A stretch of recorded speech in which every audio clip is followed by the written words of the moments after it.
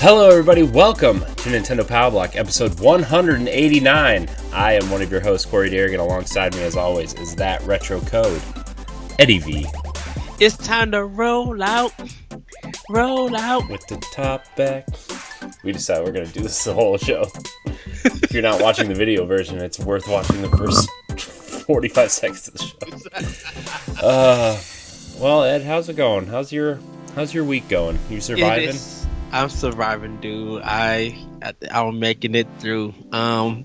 Just finding some breaking news about a certain game, but then realizing that Nintendo got us on lock till June. Mm-hmm. And it's super crazy, and I cannot wait to discuss what we have, because I thought that Nintendo Direct did us in last week. It did not prepare us for this week alone. Yeah, I mean, if you guys missed it, we, after our episode went live last Thursday, a Nintendo Direct happened, and we did a direct recap show. You can watch it on youtube.com/BossRushGames or BossRushGames.com, or you can listen to the audio version of that on our podcast feed, which was uploaded a little bit later than our video, but it's all right. You guys can go listen to that if you want, where we broke it down. But yeah, man, there was a lot there. A lot to be excited about. A lot of stuff third-party wise that theoretically I'm excited about, but there's a lot of waiting to see. You know, we talked a little bit about like Borderlands and XCOM. I want to see how they run and how I want to see the patches come through first to see if they need a performance patch or a graphical patch similar to what The Witcher did, because dude, I've been playing the crap out of The Witcher, and I've been playing it on the TV, and it doesn't look as good as the Xbox One X version, clearly, right? But it still looks so good. I'm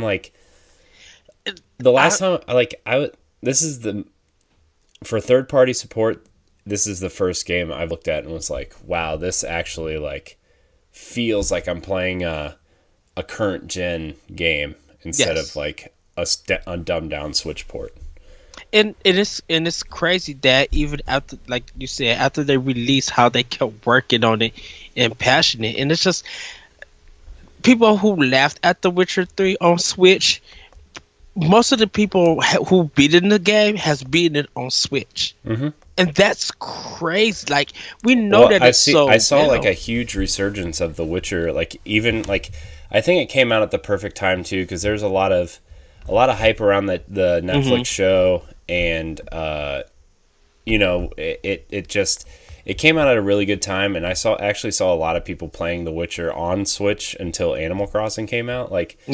It was just one of those things where it just came out and hit at the right moment, so I'm just really amazed by how well it runs, but we'll talk about that in a little bit.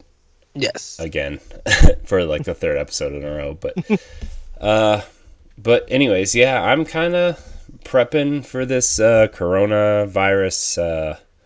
It's finally hit where I work, so not next week, but the week after is going to be a very interesting week, because it'll be a week off to hopefully make stuff with you for Pow Block and prep for our secret project that we're working on.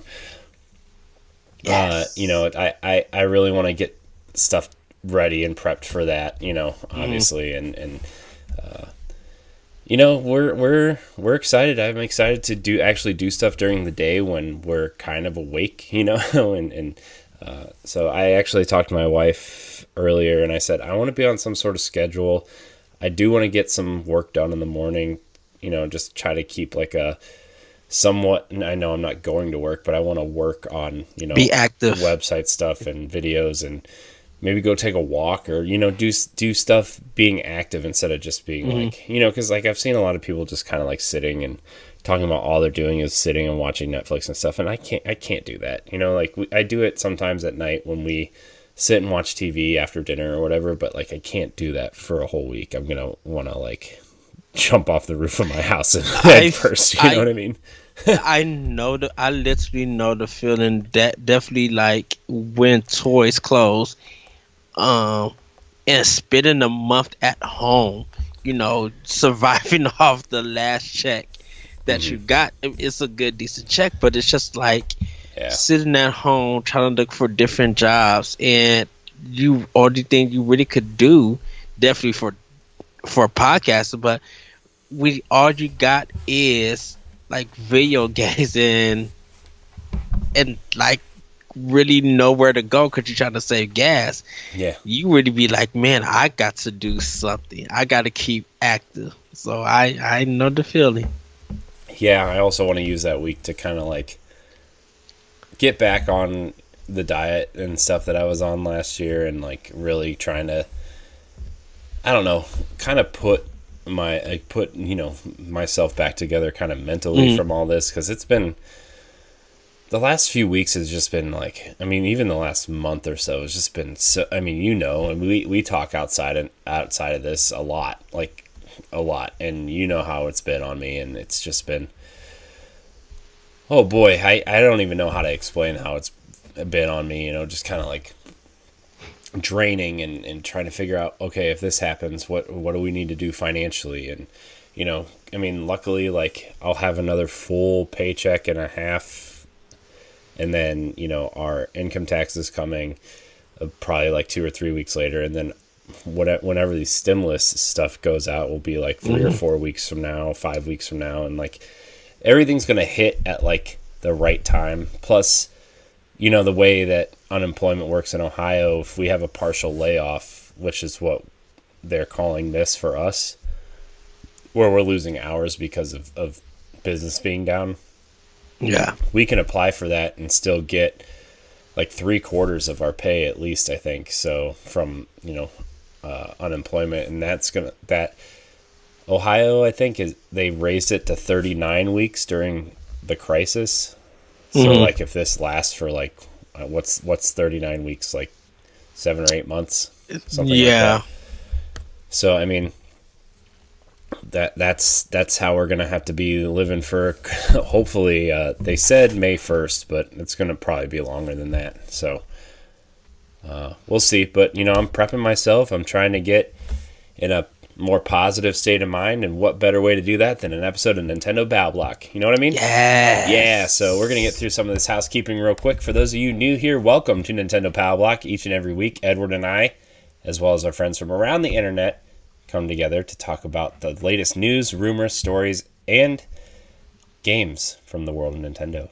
You can join us live on Mixer and Twitch on Monday nights, or watch or listen on Thursdays on your podcast service of choice. Obviously, a little bit different this week because scheduling and coronavirus stuff, and like I said, we're going to get an episode out every week. This will probably go up Saturday, I'm hoping, but you're watching live on Thursday. Cool.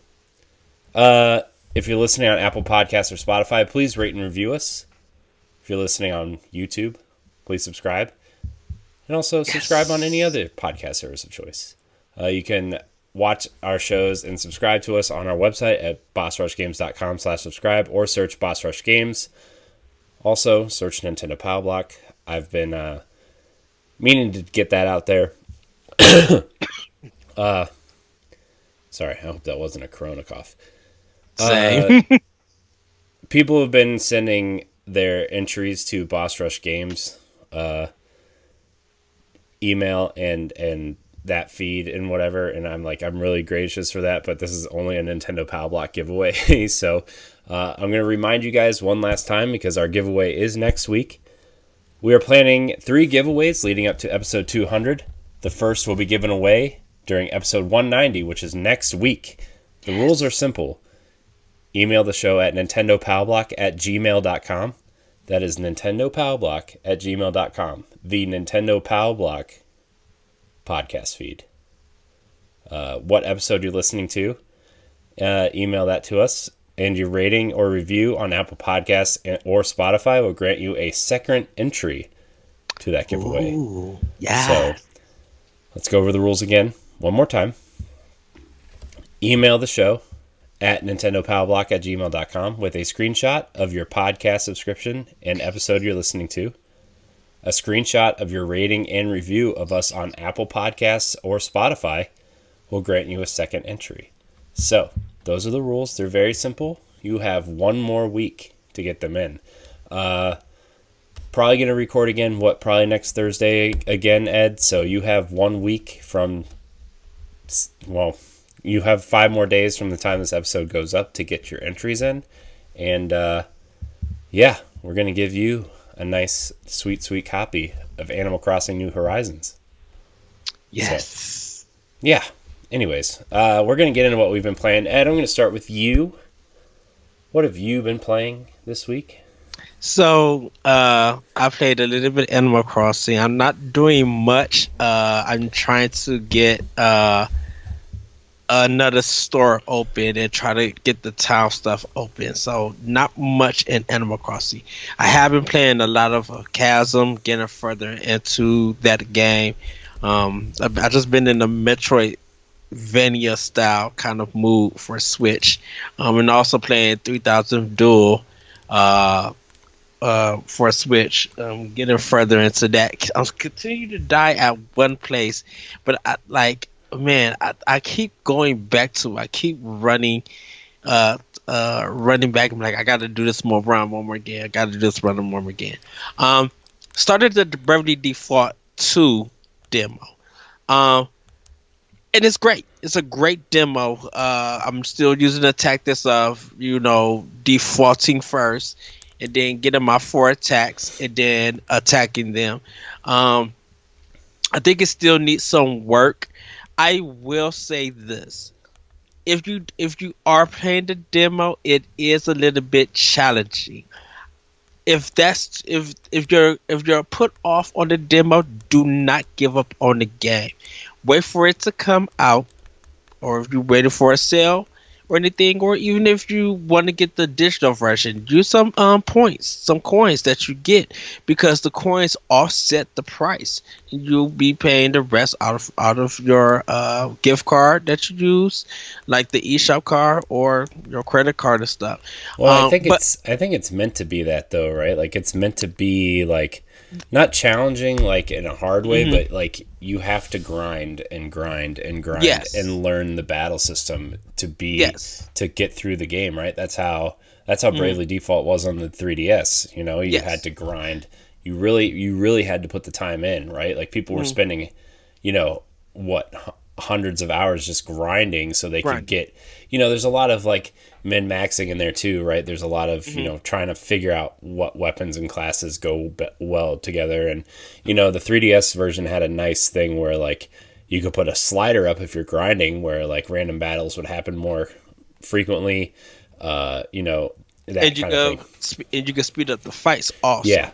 Yeah. There's a lot of things to make it easier for you to grind, right? So it's not a slog trying to walk around and trying to find random battles. But it is a traditional Japanese role-playing game. You are going to grind. You're going to have to grind a lot, and you are going to need to find better weapons and skills, right? So it's just that for people who are new to this, who didn't play the 3DS version, they may get put off because of the difficulty. Because they, instead of just making it like a normal mode for people to get the feel of it, because the game really doesn't teach you that, but they expect you to understand that you played the first one. I would say wait for the retail copy. If normal's too hard for you, play it on easy. Because I think this is a game that's going to do fantastic when it comes out. It's beautiful as ever in this demo. It really looks good. See, I've heard a lot of people say it's like the environments and stuff are some of the let me rephrase that. I heard it got a really big graphical upgrade from when it was revealed. Yes. Because a lot of people, when it was revealed, were saying it looks like an HD 3DS game, which, we all know what 3DS games look like. And then this, like, when they re-revealed it, it really got a graphical overhaul and looks really, really more like I want to say it looks more like World of Final Fantasy. The kind of chibi-looking Final Fantasy RPG that came out, I think it came out on Switch last year. Yes, it did. which everybody got to remember when they announced it. This was at the Game Awards, so this was in October, I think. I think for last year, Mm-hmm. that was the Game Awards. Mm-hmm. So they had time to get it together. I think they probably just shot that whatever they had that was still in beta, like still developing it, just to show off that the game was coming. So I think they were just making a promo trailer, and then when they actually put in the work and still put in the production, because the game may get delayed or anything. They're waiting for we're waiting for the surveys so we can tell Square Enix, hey, these are some things that we didn't like. Maybe if you lower the difficulty, maybe if you actually change the demo, or if when they get our feedback, they're gonna go in and tinker with it. But it's not a bad demo. It just takes some time to learn. And literally, when you find out what you need to do and you get into that rotation, you'll be able to be like, okay, I'm a little bit buff, I'm able to handle these characters. If I could brave now and go through this without really worrying, I could keep going to the hotel and everything, and until I feel like I'm ready. Hotel as into like rest and stuff, and get your magic and energy back. If I feel like I got enough money and I could go through this, I'm gonna gear up and then maybe meet the boss today in the demo. Like it takes a while to get through, but it's not a bad one. Yeah, I have to, I wonder, like, I mean, I know you said it might get delayed because of, like, I know they're gonna send out surveys and stuff to see how people enjoy the demo, but like this, we've already seen games get delayed because of the coronavirus. Like the big one today was The Last of Us. The Last of Us Part 2 got delayed indefinitely because of this. They say the game is basically done, but it's really just a financial, and they're waiting for the best time to release it so the game can have the most success. Because like a lot of games right now, I mean, after Doom and Animal Crossing, are probably not going to find a lot of success because of people going through the similar situations to what you and I are experiencing, in financial, hits and stuff. So I mean, I think games like Final Fantasy VII Remake, I think might see a little bit of a dip because that one is really going to suffer due to the fact of the physical. Yeah, well, I mean, a lot of Square's been very upfront about that, though. They said, it's still going to release on April 10th, but there's no guarantees of, after this first run of physical copies that you're going to get one soon because of, they're not going to be able to manufacture the discs and get them over here right away. I wonder about the collector's edition that they had. It's just like, I mean, honestly, they still get theirs? I think that first run and the collector's editions and stuff are already in warehouses somewhere, right? They're already shipped out and ready to go. It's that second and third wave of the game, of the prints that will come out once the game. That after that initial week, they'll want to ship more out and get people copies. But I think this is going to be a big. I think this game's going to have a massive digital sales because of of this. A lot of people had to cancel their physical pre-orders and just buy the game digitally. So yeah, I mean, it's going to be a win for Square Enix, but I think right now. Sorry for the Nintendo talk, everybody, but I think for right now, if you really are looking forward to Final Fantasy VII, go ahead and do it digitally. That's no problem. Final Fantasy VII is $7.99 on Nintendo Switch right now. Yes, so you can play it there. and technically a remaster of the PlayStation 1 version. Right. and if you really wanted to know, because one of my friends on Twitter just finished Final Fantasy VII, and he he's looking for the remake, but he really got the enjoyment out of playing 7 in its original form before the game. And I say, if you want the full story, it's good to play 7 now. Play it on Switch. We're in quarantine time. play it while you're at home. It'll help pass the time. You literally would be like, yeah, it's a little bit ancient and stuff, but you'll probably realize that I played the game for 3 hours and I can't believe, time is just slipping like that. Right. Um, but if you are looking for this remake, I say get it digitally. For me personally, I'm waiting for all of it to come out. There's no reason for me to rush in and get this. I got my feel of the demo. I understand what it's going for. Um, I'm good. I could wait. There's other games uh, that are coming out, and pretty much I think that Nintendo Direct and that Indie Direct really hit the spot, really showcase, and like you mentioned, where The Last of Us 2 and Iron Man VR, which no one really responded to, are delayed.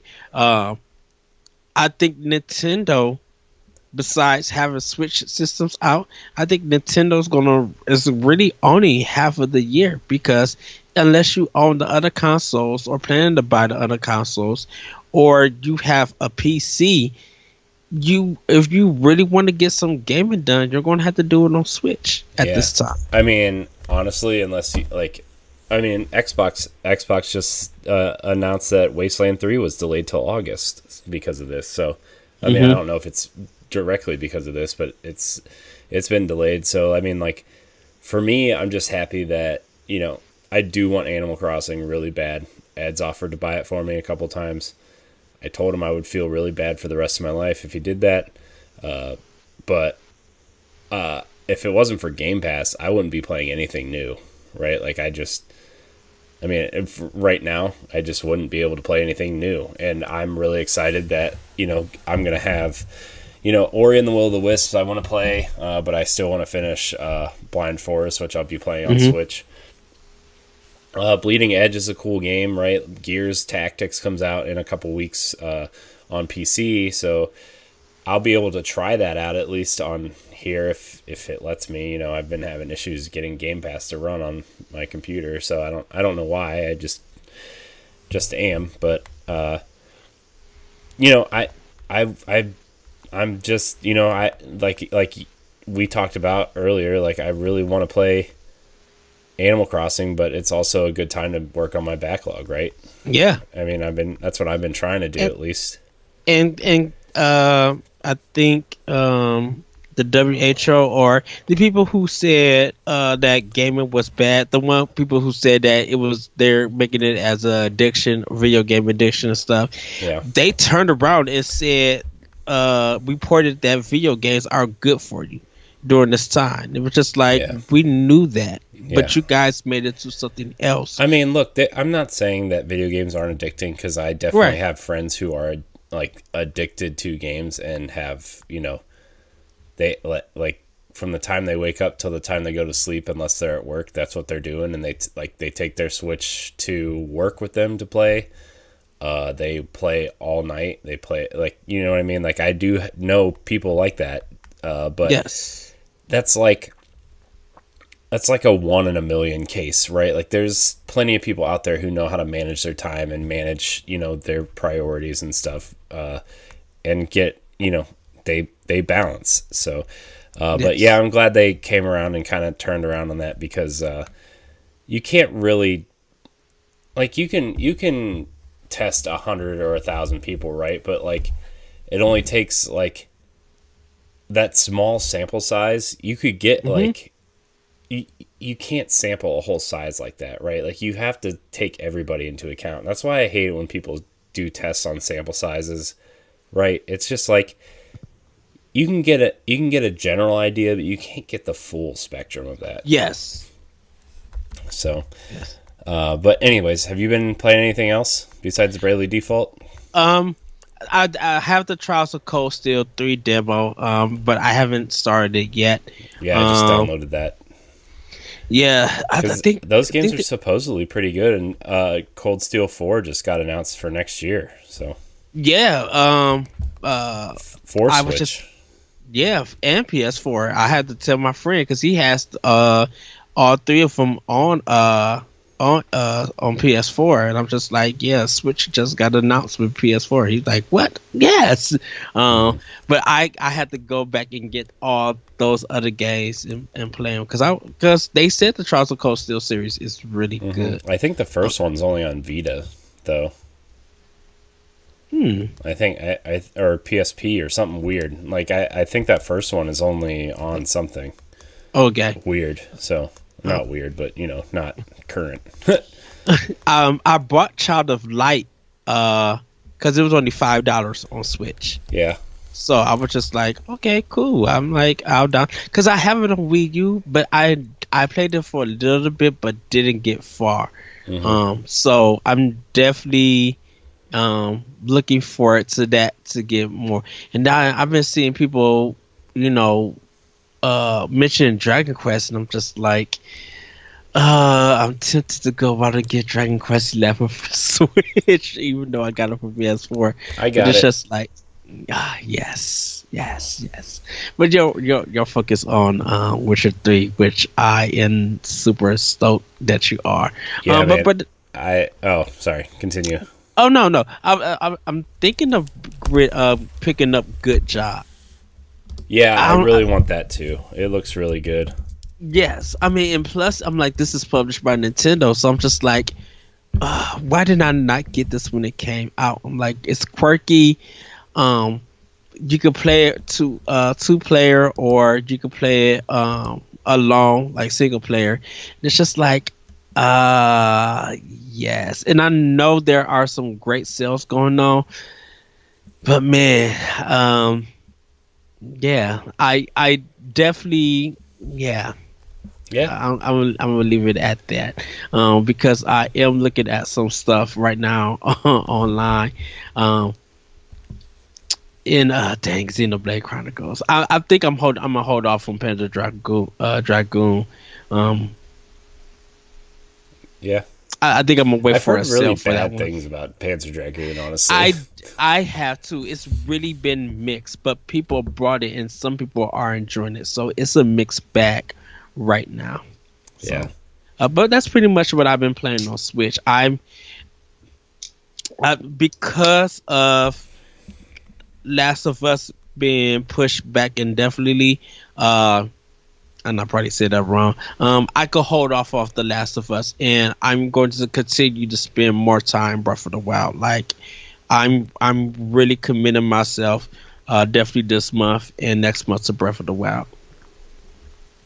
Yeah. So, I mean, Because those I ninjas in the banana, oh, I love. I that area is kind of like but that boss fight is amazing, dude. I love that boss fight.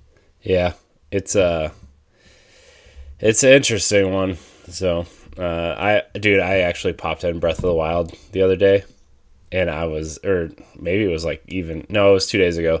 Because I was like, it's always in my Switch because it's one of the only physical games I keep on me. Because like, I mean, I have a small stack of physical games still because like I have to have Fire Emblem physical, I have to have Zelda physical, Mario physical, like this. I told you I was making lists, right? And I'm just Yes. like, okay, well, here's clearly my digital list, right? Like I'm definitely going to spend more digital than physical now, especially with kid running around. And my wife's talking about having a second one, and we're talking about it after this corona stuff happens, like maybe we start trying. But it's I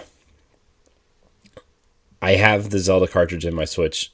I haven't taken it out in probably, I don't know. I took it out like when I had a bunch of physical games, right? Like I took it out to Hmm. play those, but ever since like I've started moving towards the digital stuff, Zelda is in my Switch 1,000% of the time. Like it just never leaves. So I popped it in, and my TV like does this. It kind of does what PlayStation 4 does, like with the boost mode, right? Like it upreses Hmm. stuff, it makes things run smoother, whatever. It doesn't necessarily make my Switch games run smoother, but it definitely does a big upres like kind of thing. And it Zelda still looks amazing. I've been seeing people do like play Zelda on Twitch and Mixer and YouTube and stuff, and I've been watching a lot of Giant Bomb Premium, and they've been doing 3-heart Ganon runs where they'll go and they'll get some weapons and stuff, and then they'll go fight Ganon with 3 hearts, and it's like really giving me that itch to play Zelda again. Even start a new game just from scratch and play the whole game, find all the Korok seeds again, do all the shrines again.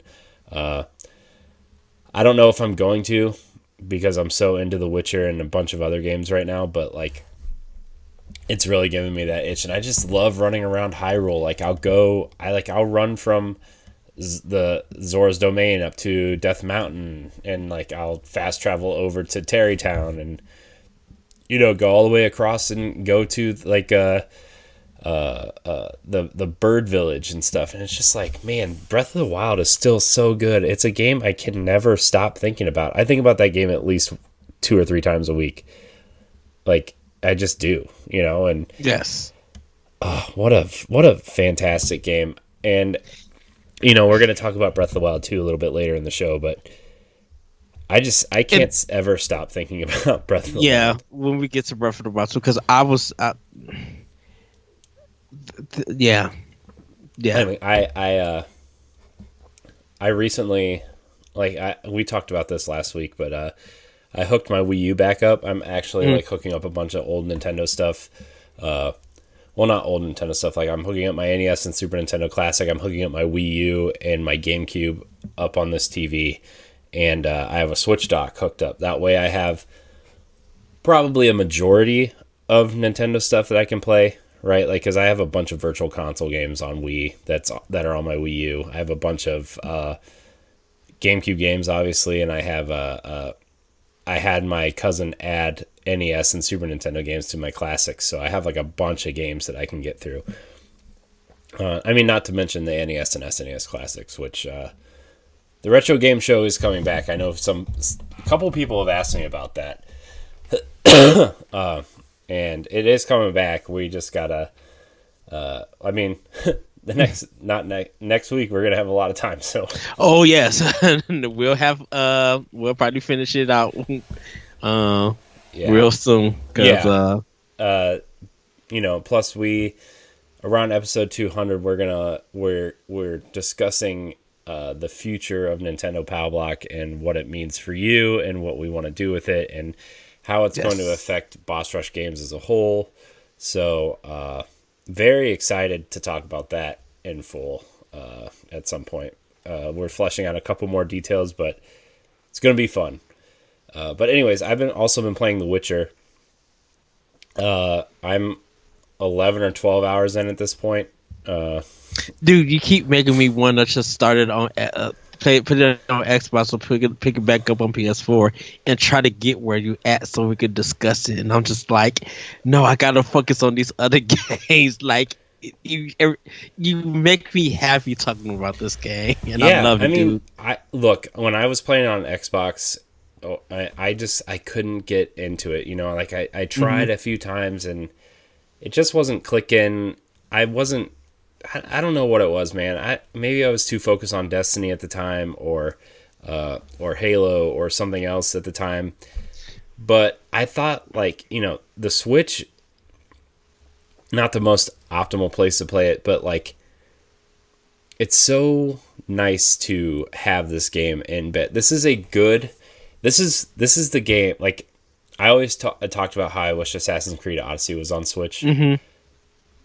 This is why. Because I can grab my Switch, I can turn on YouTube, or I've been watching a lot of Giant Bomb Premium stuff lately, or I can just turn on whatever I want to watch and pull my Switch out. There's a plug right by me on the couch, so I can just plug it in if it starts dying, do one quest step, or finish a quest, or do 3 or 4 quests at a time, and just knock them out and not care what's really happening. Like when big story moments happen, right? This is what I did with Zelda, right? Mm-hmm. I would do quests. I don't really care what's going on. I'm just enjoying the combat, the combat loop, the side quests, exploring, that kind of thing. It's really scratching that itch for me for Breath of the Wild. It's actually scratching more of the Assassin's Creed itch for me, but it's still not Assassin's Creed Odyssey. If I was to make a list, it would be under Assassin's Creed Odyssey for sure, but it's still scratching that itch. And like when a big story moment happens, like I'm doing the Bloody Barons quest Hmm. right now, and it is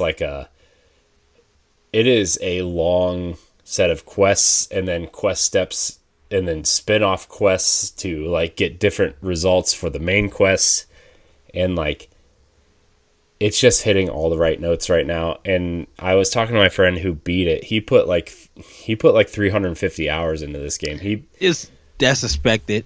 Yeah, I mean, but he got every single question mark. He went to every single stable. He got every single Gwent card. He did every single side quest. He did both expansions that way.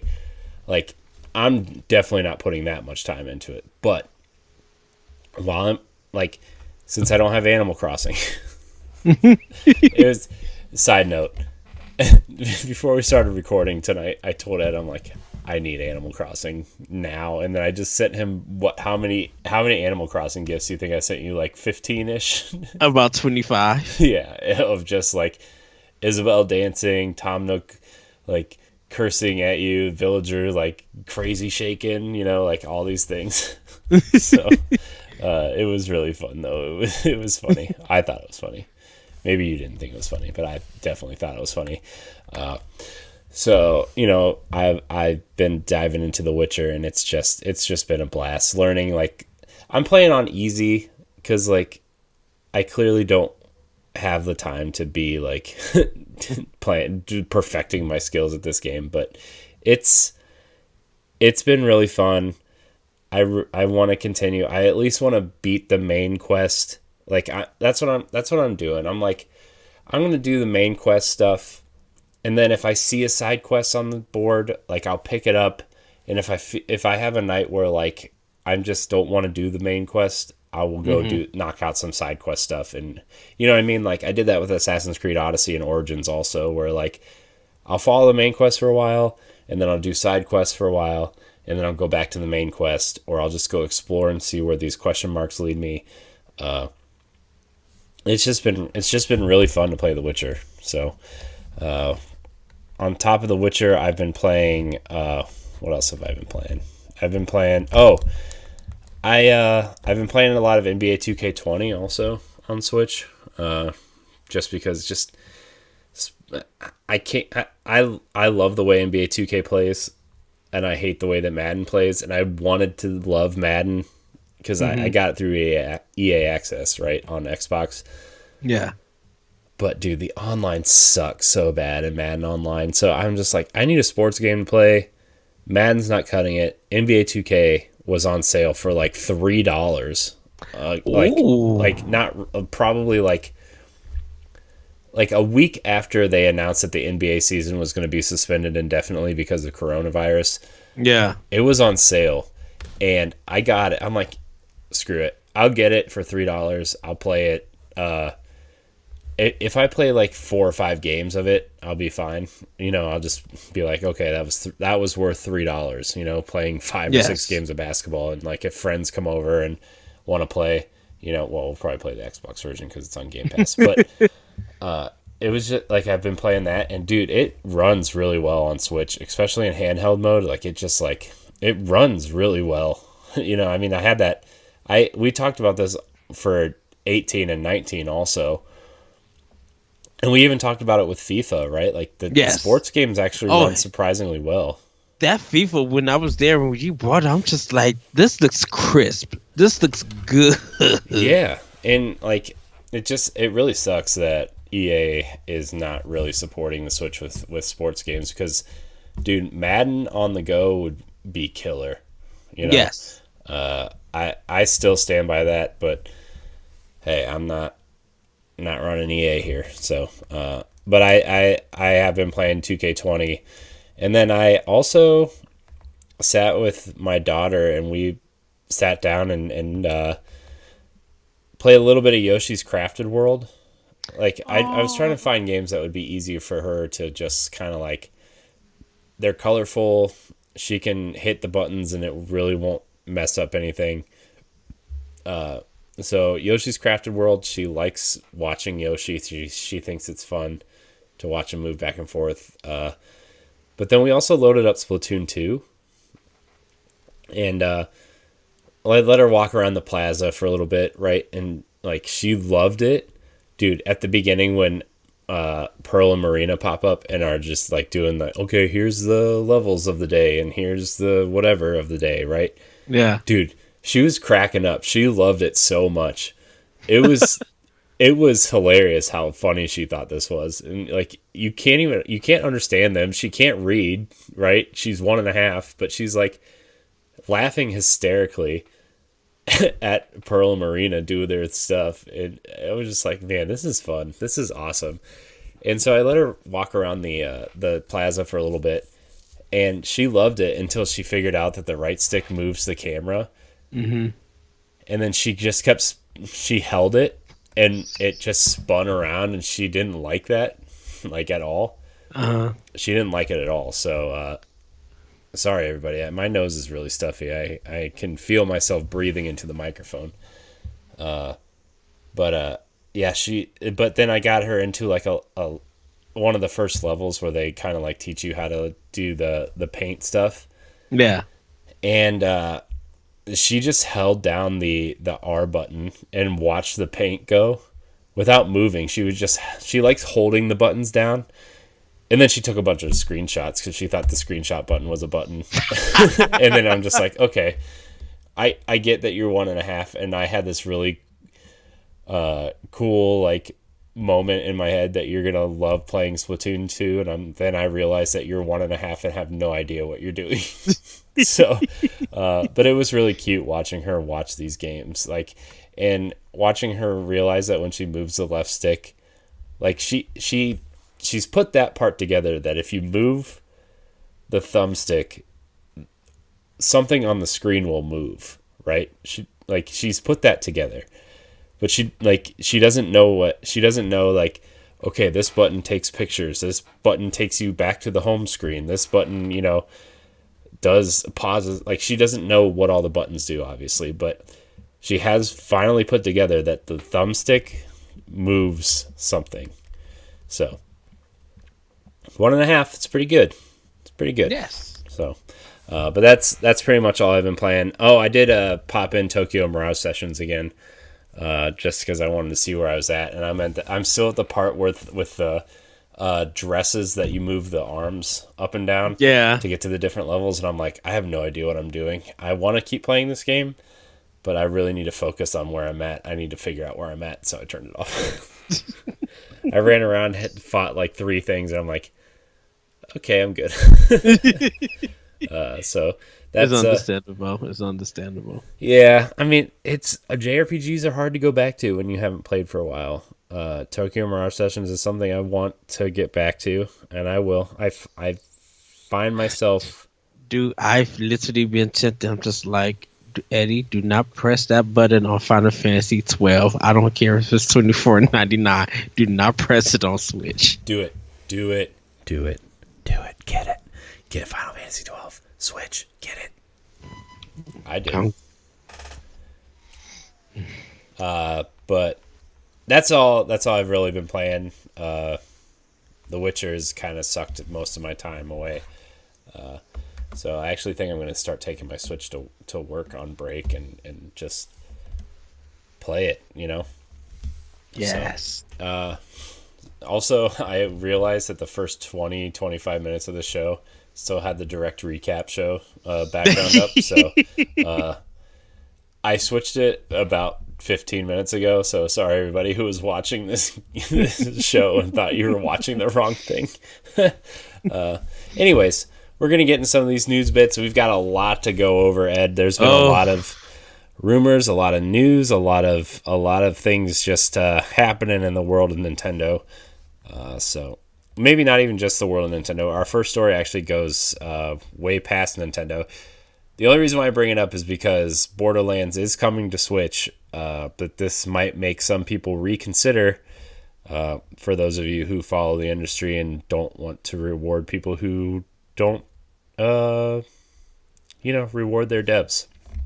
So This story comes from Kotaku. Sources say, despite huge sales, Borderlands 3 developers are getting stiffed on bonuses, which you actually brought this to my attention today, Ed. I didn't even really read this until a couple hours ago when I was putting the show together. I happened to check Twitter, and it was like breaking. Oh, really? It was like a breaking story. Like I think around like 11 or 12, and I'm just like, what the world? And I had to read it, and I was just like, wow. Yeah, this is a big story that's been going around today. The video game Borderlands 3 was a big sales success when it launched last fall, according to publisher 2K, which described it as a, quote, billion-dollar global brand. That's why it's shocking to employees at Gearbox, the developer of the game, when the studio's CEO, Randy Pitchford, told them yesterday that they would not be receiving the significant royalty bonuses they expected. Employees at the studios will get small bonus checks, but nothing close to the tens of thousands or even hundreds of thousands that many had expected. This account is based on conversations with 6 people close to Gearbox, all speaking anonymously because they were not authorized to talk about what happened. Some said it was crushing news and that has upended their financial plans for the future. This is some honestly some sad news, but also not surprising based on who Gearbox's CEO is and how he's been treated in the news the last year or so. And I just want to make this clear for everybody. Don't forget that this game was an Epic exclusive. Well, before the game for PC. So they had that money. And it's so I guess it's so well. People, I have it for PS4. I mean, it's sold. I think Xbox to date, it's sold over 10 million copies.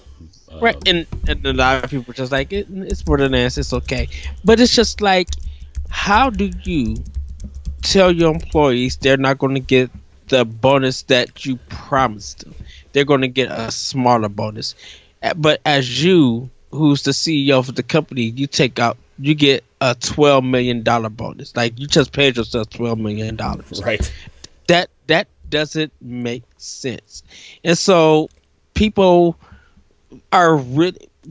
are mad at Randy Pitchford and should be mad at 2K, because now this affects that. Why is it that you get to have the money and they don't? Yeah, because this is technically 2K's game. It's not Gearbox's IP. It's 2K's IP. You know, this would be like if this isn't like if, Rockstar didn't pay their employees because Grand Theft Auto sold 5 billion copies, right? Because Grand Theft Auto is Rockstar's IP. It's not Take-Two's IP. So I mean, this is honestly, I mean, I'm not shocked because it's Randy Pitchford and Gearbox, right? But what I am surprised that 2K is not stepping in. I mean, maybe they are. Maybe we don't know the whole story yet, right? Maybe they are. But it's just like, man, dude, what are you doing? Like, I'm more shocked that this is now just coming out then, because if it's so well when it came out, they should have already have their bonuses. They should have had them. When did the game come out? It came last September. They should have had those bonuses like by Christmas time. They should have had them by October. Borderlands so well. People have pre-ordered it. When it came out, it was like, I don't know how well it did because everybody was thinking about Link's Awakening. Don't forget, Nintendo was just killing it in September with games. I mean, if we bought everything in September, we'd be living in the boxes that the games came in. Let's just put it that way. I had pretty much almost about 3/4 of the stuff in September.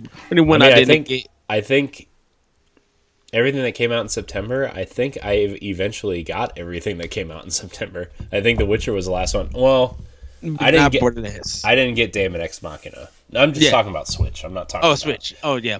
Yes. I didn't get Dragon Quest 11. and Dragon Quest Builders 2. That's the those are two I didn't get.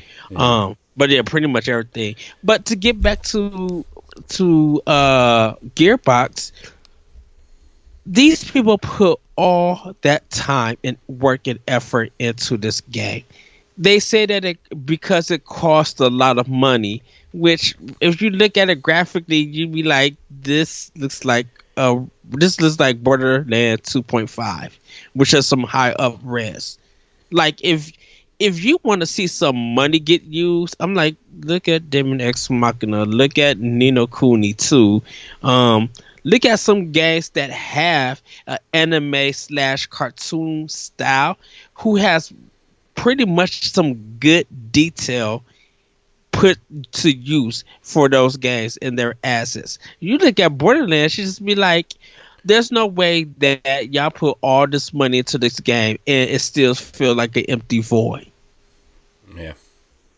And for you to sell on at the time 3 platforms, there was no way that those people should not be saying a story that they didn't get their money, because I think it just dropped on. I think it came to Steam, or is it a 1-year exclusive?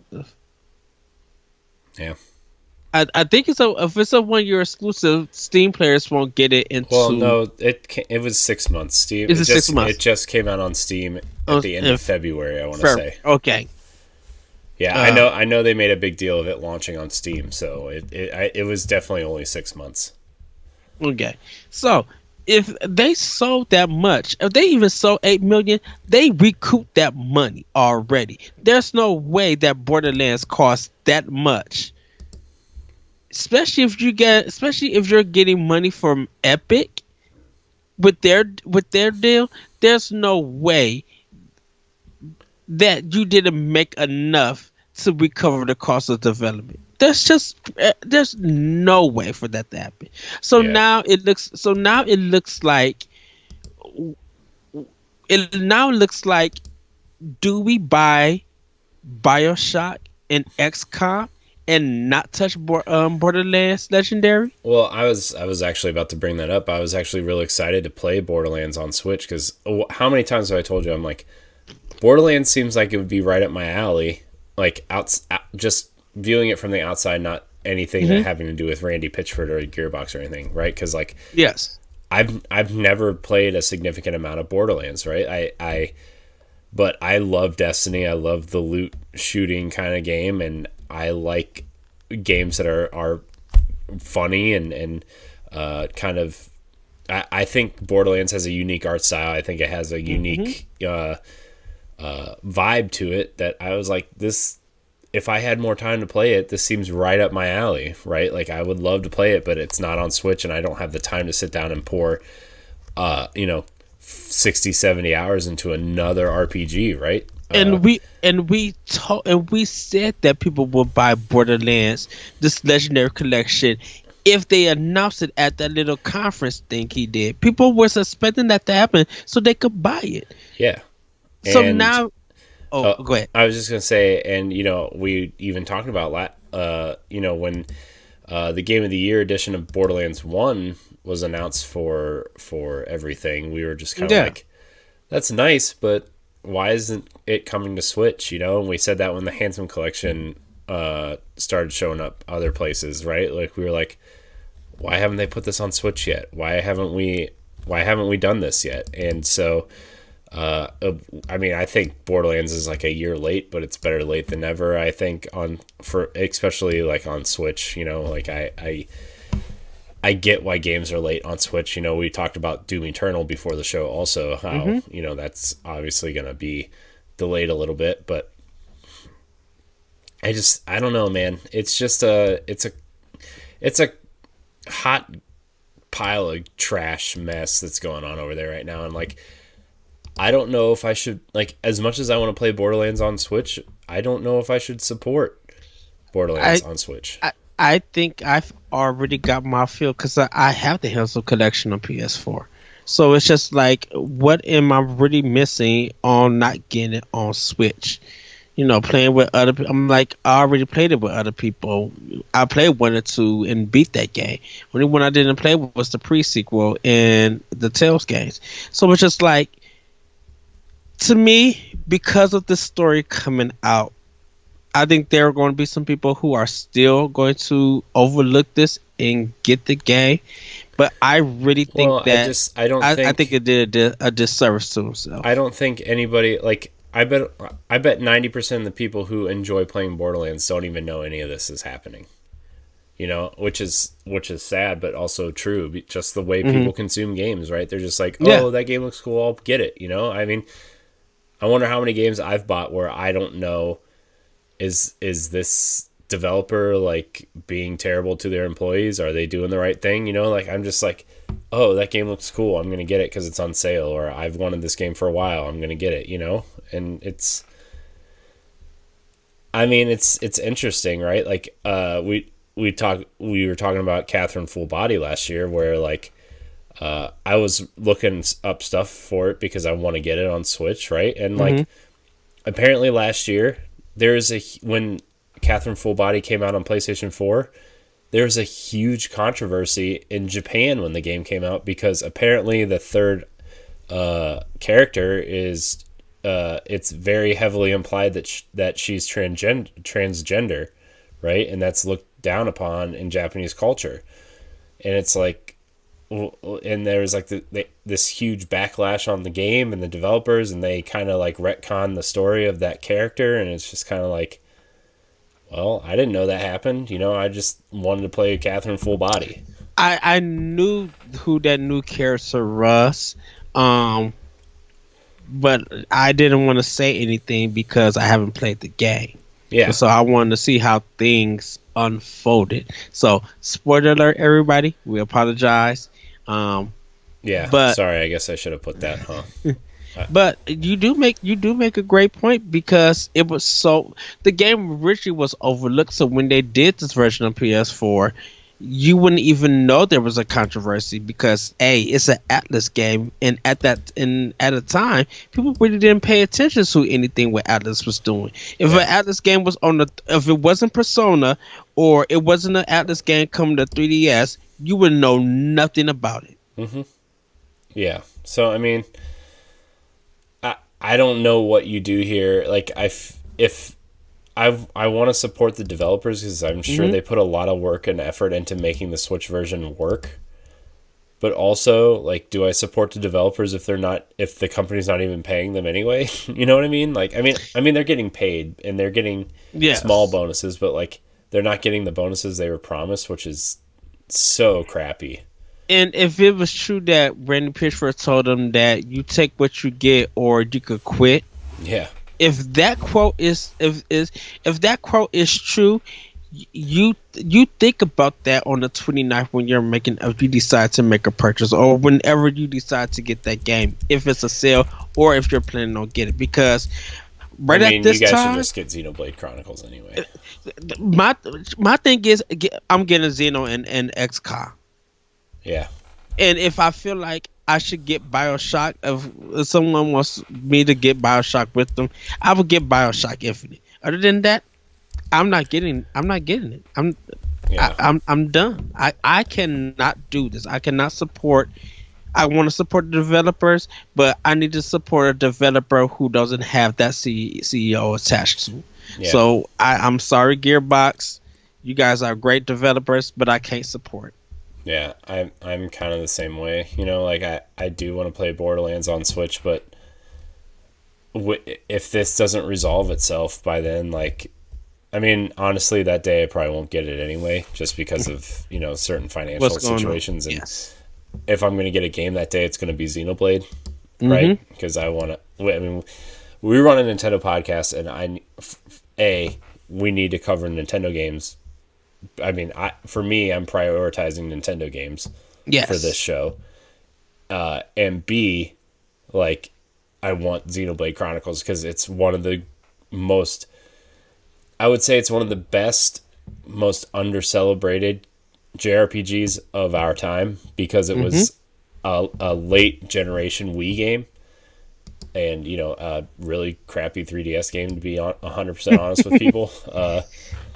So I think this is going to be the best way to play that game, and I cannot wait to play this. I actually loaded up Xenoblade Chronicles 2 again late last week after we recorded, and just ran around for a while and was just like, man, this game is so beautiful. I can't wait to play Xenoblade 1. So, but yeah, I mean, if this doesn't, if this doesn't resolve itself, I will not be buying Borderlands on Switch. Like I want to, like I really do, because I think I would play a lot more Borderlands on Switch than anything else. But at the same time, it's like I don't want to support, crappy people. And not that the developers are crappy people. Randy Pitchford is a crappy person, to put it very PG on this show, because this is a family show. I like to keep it that way. I mean, our other shows we can kind of go wherever we want, but Pow Block is aimed towards, we have a large audience of parents for this show, and I want to make sure they can listen to this show with their kids around. But we're gonna start getting into some better news here. Yes. So someone recreated a Link to the Past map in Animal Crossing New Horizons, which is really cool looking. Yes. It took this person 4 days to make the map, and there's nothing really else to talk about it except that it looks amazing, and you guys should go look at YouTube videos, pictures, map comparisons. It looks bonkers, man. It's awesome. Like I applaud this person because it is really cool looking. Yeah, shout out to that person. Kudos. Yeah, but there's a YouTube video out there that does like a really cool like overview of it, and you just see this person walking through, and it's like, oh man, they actually have like the buildings in the right place, and the waterfalls in the right place, and the bridges in the right place. It just it's really spot on, dude. It's awesome. Yes. All right. Speaking of Zelda, this is a really meaty rumor that has been floating around, and when there's certain sites that I don't really pay attention to rumors on, right? Like I don't really like to, but when Nintendo Life and Eurogamer and places like that really start digging into these, that's when I get really excited. This one is actually from Nintendo Life, sourced from Eurogamer. The Legend of Zelda Breath of the Wild 2, everything we know so far. So there's a pretty extensive article there, but we're gonna get down to this. They have bullet points here.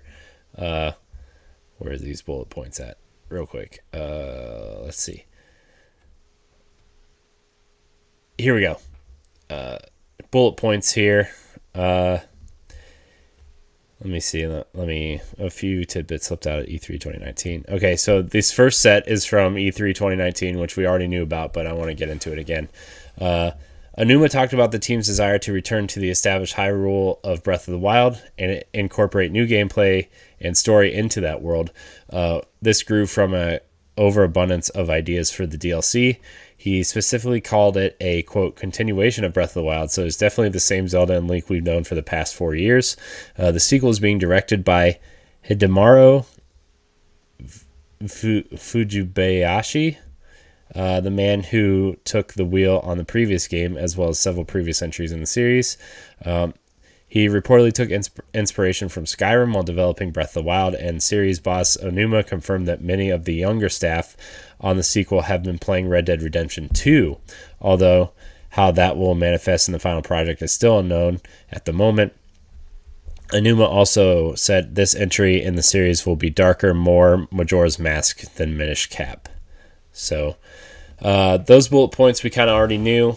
You could definitely feel the Skyrim inspirations in Breath of the Wild in terms of exploration and go anywhere you want, and if certain things happen, other things happen. Like that's definitely a huge thing for Breath of the Wild. So I wonder how Red Dead 2 is going to play into this. I wonder if it's going to have more of a. I bet there's going to be more bonding. I bet they take the horse bonding thing, Yes.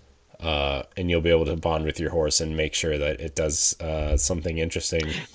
I think you'll probably even be able to customize your horse because that's kind of how on Red Dead Redemption 2 you were able customize like different weapons Maybe they just, and things. maybe they mean that this map is going to be huge, and the entire first map is just going to be in the southwestern corner.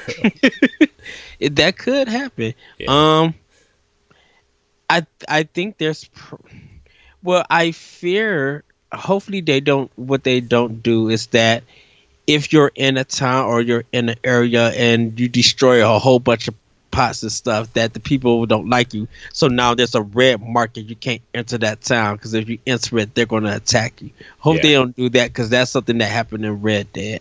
yeah, I really I think what I will want them if they do anything from Red Dead that they take, I would love for them to be like go to a place, talk to some people, and you'll be able to get like a side quest yeah, in there. So when with that side quest, you could go and be able to find the stuff and do it. Like you could still keep it open world where you just literally explore, but let the side quests be the ones that you fall into, and be like, this is your quest, this is your path, and this will help you as a person. When you do that quest, it helps the town, so you get some kind of notoriety. Um, yeah, it's a little bit traditional for open world game, but I'm like, I think a little bit direction, like, or even if you do it, it'll help you if you still have breakable weapons. This will help you make your weapon less breakable, I should say, yeah, to the point where you can't break it no more. yeah. I mean, I really think that there's so many things I could do with a sequel. Like I was thinking about while I was Hmm. playing it, like sometimes when you get really excited about a game, like the first entry in a series, right? I mean, Yes. we've talked a lot about this. Like Breath of the Wild is kind of like the new first entry to this, whatever the future of Zelda is, right? We talk about how almost perfect this game is in a lot of ways. Yes. I mean, for me, I can see that there's flaws in the game. There's certain things that kind of bothered me, right? Like you said, the weapons breaking, but also, like you said, crafting could be a new element to where you play Breath of the Wild 2 and you're like, how did I ever not do this in Breath of the Wild 1, right? Like that was just like this huge thing. That would be like a huge shift in this game. Okay, I have a rusty broadsword. If I take it to a blacksmith and with like I'm playing The Witcher right now, and one of the big things is you collect like ingredients and oils and stuff, and you could take it to a blacksmith or an armor maker, and like they will make you an armor set that out of an old one. Like you can give them an old armor set and give them recipes or blueprints for it or whatever, and then they build you a new armor set that's better, right? Like you take Yes. that. It's kind of like, I mean, in Zelda, like you could take like the fairies stuff and they would upgrade your armor, right? But this would apply to weapons now. I have a broadsword, maybe this rusty one, and I take some rubies and some, you apply the something to it, and like maybe your swords will now have elemental effects. If you say, okay, I want this to be a flame broadsword. I mean, like, there's so many different things you could do with crafting, just crafting, let alone, customizing stuff, getting, pretty much stuff that you would do in the first game, but just build on that. Yes. I don't know, man. There's a lot you could do. Clutch for the dub. Thanks for watching on Twitch. We, for you audio listeners, we are live on Mixer and Twitch. So the giveaway is next week, and you enter a lot of the details were given at the top of the show. We're going to go over them again in a little bit to close out. So if you want to stick around and hang out, we'll let you know. But basically, you have to just email us your subscription to our podcast on iTunes and Spotify or wherever you listen to podcasts. So yeah, we'll do a whole recap at the end here, but. So we're going to get into the second set of bullet points here. It says, what are people speculating about Breath of the Wild 2? The short haircut suggests Zelda might be getting into the action this time around. As we said above, a neat bob won't get caught on swords or scabbards strapped to the character's back. Playing as the princess would be an easy way to put a fresh spin on the formula. Also addresses fans who were disappointed she wasn't playable in the first game.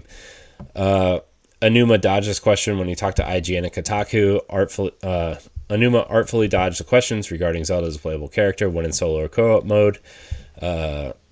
When asked, he replied with this vague statement. It's kind of interesting that you bring that up because in Breath of the Wild you see Zelda and Link together often too, so to go straight into the thought of co-op is very interesting to me. Is co-op interesting to him, or simply the notion that this could occurring to the interview? It's not much to go on, but Anuma has had to be adept over the years at deflecting lines of questioning and giving cryptic responses. Like I said, I think adding Zelda as a co-op, or not necessarily a co-op player, but like it would be almost like an RPG party at this point, where like yes, Link and Zelda, you swap between them. Like I've said many times, you could take them into shrines and use two characters to solve more complex puzzles, right? Like you separate them at the beginning of the shrine. Maybe Zelda goes high, Link goes low. Zelda has to hold a crank to get Link through a door, right? Or, you know what I mean? Something like that. I'm obviously not a game developer. I'm sure designing these shrines is very difficult. Yeah, and just think of the puzzle. Just think of the bosses being treated almost as a puzzle. Yeah, you know, and maybe Zelda has a different set of, like, you know, all the things you have in Breath of the Wild at the beginning after you do the shrines and stuff where you get all your powers, and that's what you have for the rest of the game. Maybe Link has those powers, but Zelda has a new set of powers. Like maybe she can freeze time. Maybe she can, you know what I mean? Like maybe she has a different set of powers that are very useful. I would just say this. If it does have co-op, I'm not worried about people trying to learn everything. I want to see the speedrunners, because they're going to do some crazy stuff with using those two characters. Did you see that It's going to be bonkers. Did you see that speedrunner who didn't even go forward, right? Like he didn't even walk. He beat the whole game without walking. Like, how do you even do that? I probably modded in the game. But anyways, if I can play as Link and Zelda and still use my Wolf Link amiibo to have like a 3-person party, dude, how many times did I gush about playing Breath of the Wild and just tapping the Wolf Link amiibo? It's crazy, man. Like I loved having the Wolf Link amiibo and having it fully leveled up and playing and just having like a companion. Like it was so different in Zelda having a useful companion in that game that it changed the whole dynamic of the game for me. And just adding Zelda and swapping between them, you know, that could create some unique combos, make the combat more dynamic. Because like, as much as I loved Breath of the Wild, that was one thing that I kind of thought was pretty simple, was the combat, right? Like, okay, you can shoot different types of arrows, you can use different types of swords and weapons, but it was pretty basic, you know. So I mean, some of the enemies had like different ways you could fight them, but it was still really basic. So if you could add some sort of like combo system between Link and Zelda, you know, that would be so cool. That'd be so cool. Nintendo has to be talking to Platinum. They have to. Platinum in the sense that their dodging mechanic and their Astral Chain is a game that Nintendo had Platinum do. So with that, there has to be some kind of exchange of information. There has to be. Nintendo has to be talking. Anuma and the team has to be talking to Platinum about that. How do we incorporate what you guys did into Breath of the Wild 2 if we do co-op? Even if you do single player with an AI, how do you guys do it? And if I hope that not only is Monolith helping the Zelda team, I really do hope that Platinum is helping them too. Just doing combat mechanics. Yeah, Because I'm like, oh, go ahead. Oh, just gonna say, like, I know that Monolith is helping them, but they're mostly like a environmental and asset creation. Yes. Help, right? Like that's what they were in Yes. Breath of the Wild. And Nintendo was kind of like gameplay and obviously character design and enemy design and stuff like that. But like, if you were to exchange information, even though Platinum's not a Nintendo owned studio, obviously, but they worked, like you said, they worked together closely, especially with Bayonetta and Astral Chain and you know, probably, I'm sure a couple other projects. I know Wonderful 101's coming to Switch. Not that Nintendo has any involvement in that anymore, but they did when it first came out. Like, they have a relationship. They have a working relationship. Yes. And if they could somehow, like, even if they're just exchanging ideas, that could change the whole dynamic in a Zelda game.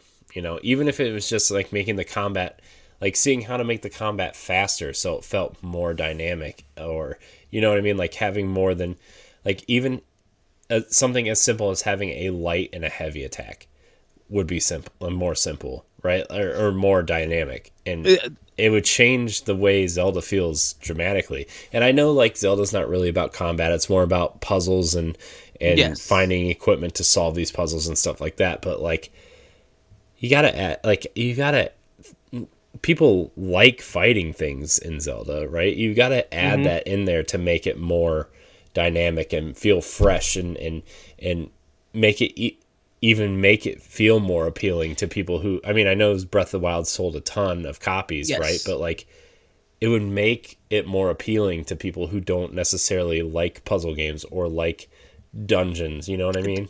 I love the slow time mechanic in there when you're dodging, when you get all of that. If Platinum could come in and smooth it out with the wish time, just like smooth it out. Well, that's what I'm saying. Like, it, like maybe Link feels the same, but like this is where you could add stuff to Zelda. Like, you could add Yes. a witch time style thing, because maybe one of her powers is you can control time. Maybe she has the power to, because like Zelda's always been about time traveling. It's been about, Yes. like, operating in different worlds and time traveling and controlling time and moving forward in time and different timelines. Like, maybe Zelda has that ability to, you know, maybe she has like I just had a great idea, honestly. Like, maybe she can, if you're using Zelda, she has the ability to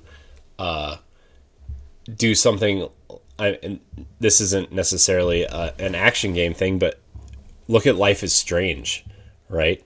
And how you could rewind time if you didn't like your action. Maybe Zelda can like see what's going to happen, and then she can, or like if something's happening, she can stop time, rewind it, similar to Life is Strange, or even that Prince of Persia. Prince of Persia game. Yeah.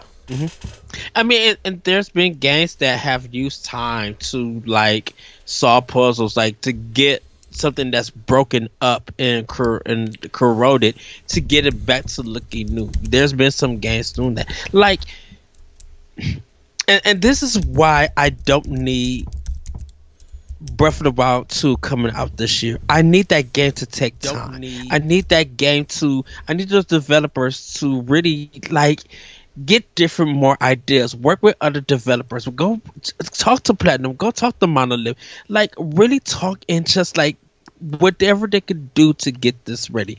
Yes, I would love to see another trailer for what they got.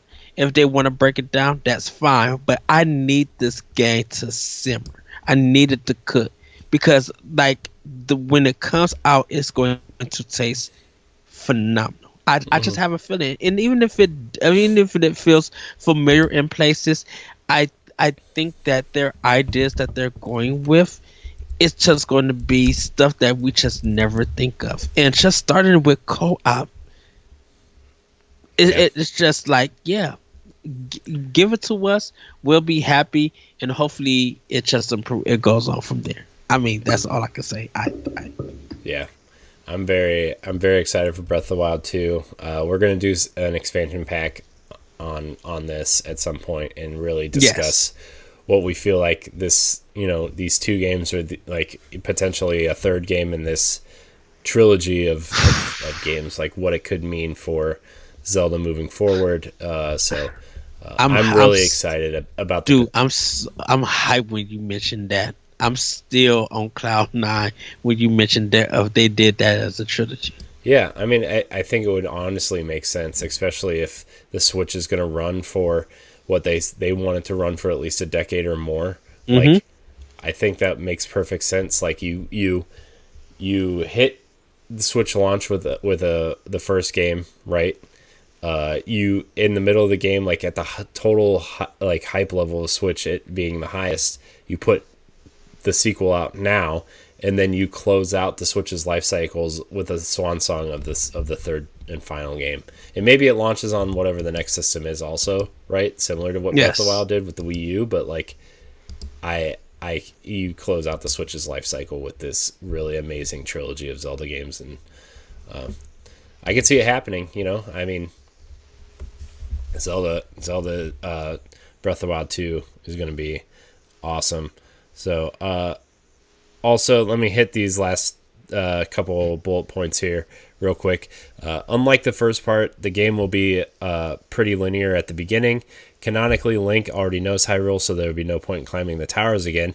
Instead, the developers have filled the world with miasmic versions of Ganon, and until the infection is cleared from the location to location, it will be impossible to move around the entire world of Hyrule. In this regard, the locations are worked out much deeper than the original. At the very least, there are going to be dungeons strongly inspired by one game that knows a lot about spreading dungeons around the open world. In general, while designing the world of Breath of the Wild 2, developers were inspired by Red Dead Redemption 2 and another unknown game. These were all leaked by someone named Mick Vicker, who runs the Valve News Network YouTube channel and has a Nintendo channel on the side. He detailed a number of Breath of the Wild 2 rumors, and he somehow he has sources and whatever. So we'll see. I really hope this game comes out this year. I think it'll come out early next year, though, to be honest, probably by like February or March is my guess, because Nintendo seems to be releasing bigger games then. And also, this leads into our next story, honestly. Speaking of rumors, if this is going to be the year of Mario, I would not want to put Zelda in the way of what we're about to talk about. Yes. Speaking of rumors, a few of Mario's greatest 3D games seem to be getting remastered for Mario's 35th anniversary. This story also comes from our friends over at Nintendo Life. Super Mario 35th anniversary rumors intensify, a new Paper Mario 3D remasters, and more. So I'm going to just kind of read the article a little bit, and then we'll talk about our favorite Super Mario 3D games and talk about Paper Mario a little bit, because Yes. really interested to see if Paper Mario comes back in a big way. At the moment, there's a report going around that suggests Nintendo will remaster most of Mario's back catalog to celebrate the iconic plumber's 35th anniversary this year. If you read our original story, Link, about it, you already know this surfaced from Video Game Chronicles and was then backed up by Eurogamer, which Video Game Chronicles, take it or leave it, but when Eurogamer reports on it, you know it's coming. Right. I always feel that way. So Eurogamer is a big, like, if they say something, I'm gonna believe it. Yeah. They haven't reported on Arms 2 yet, though, Ed. Sorry. We'll see. Hey, Antonio's in the chat on Mixer. Hey, Antonio. Hey, Antonio. Hopefully your daughter is doing well. Yes, Antonio, congratulations. Hypecaster on Mixer. You should go follow him. He says, can I say something controversial? Can we just get real for a second? The Last of Us 2 is going to suck. We all dodged a bullet.